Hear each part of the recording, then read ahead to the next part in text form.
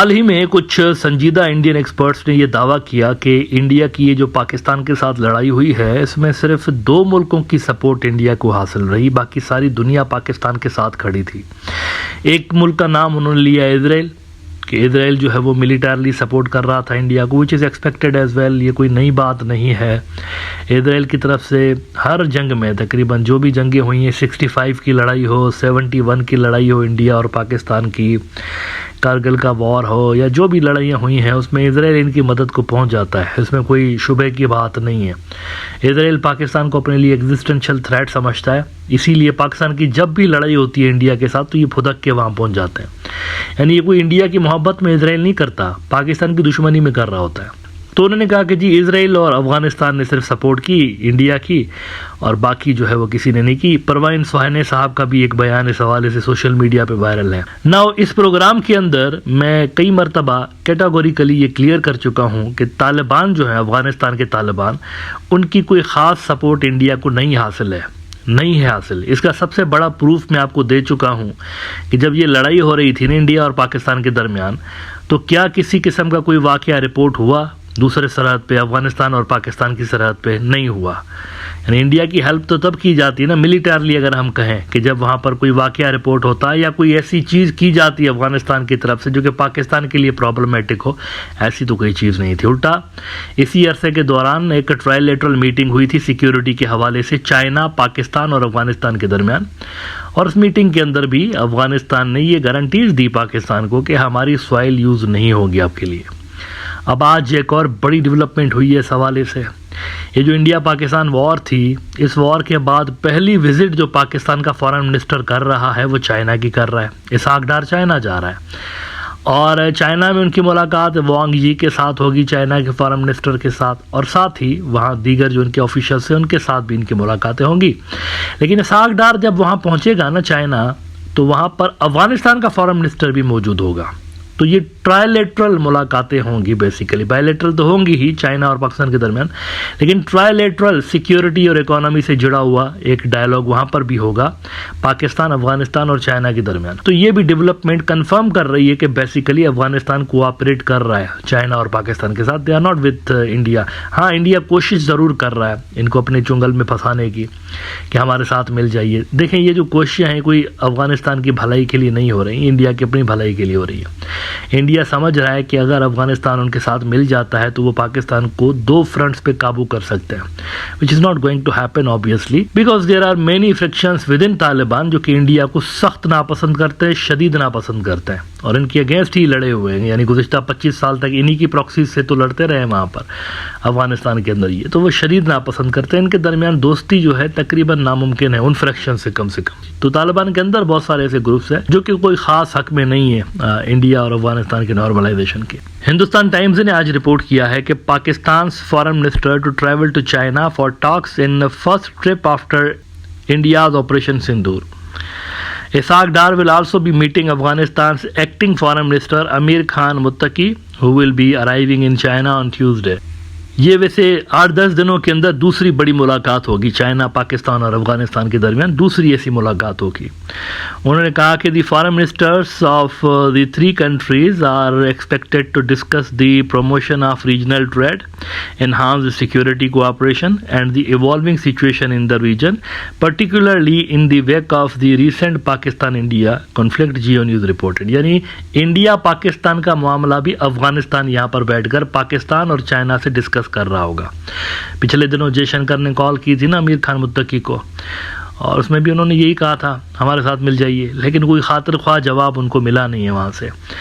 अच्छा, आज New York times ने भी बाय द वे इंडिया को एक सलाह दी है। उन्होंने आज बड़ा एक इंटरेस्टिंग आर्टिकल लिखा है। उन्होंने कहा कि पाकिस्तान के अगेंस्ट कोई मिलिट्री ऑप्शन नहीं है इंडिया के पास, यानी मिलिटरी वो बैटल फील्ड में कोई सोल्यूशन नहीं है अगेंस्ट पाकिस्तान। वो कहते हैं कि why there is no battle field solution to India's perpetual Pakistan problem.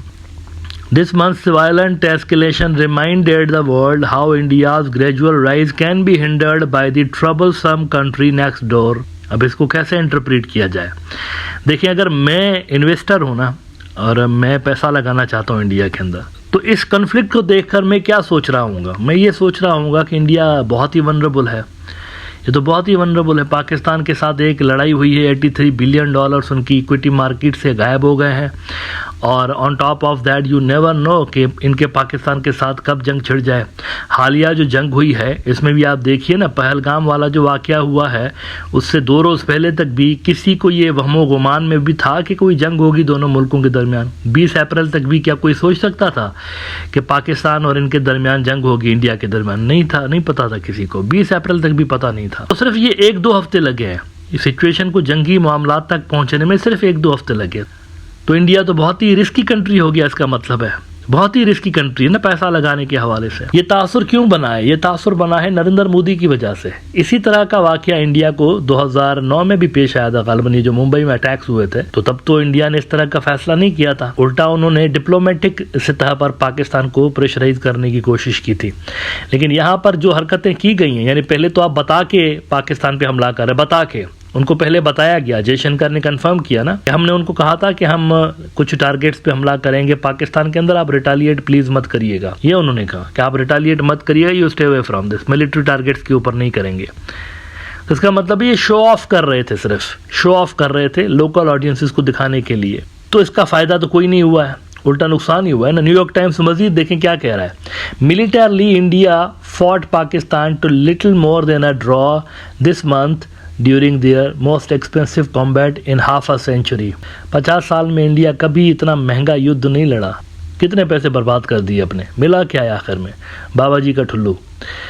Indian forces manage to punch holes in hangars at sensitive Pakistani air bases and leave craters on runways, although only after losing aircraft in aerial face-offs with its long-time adversary.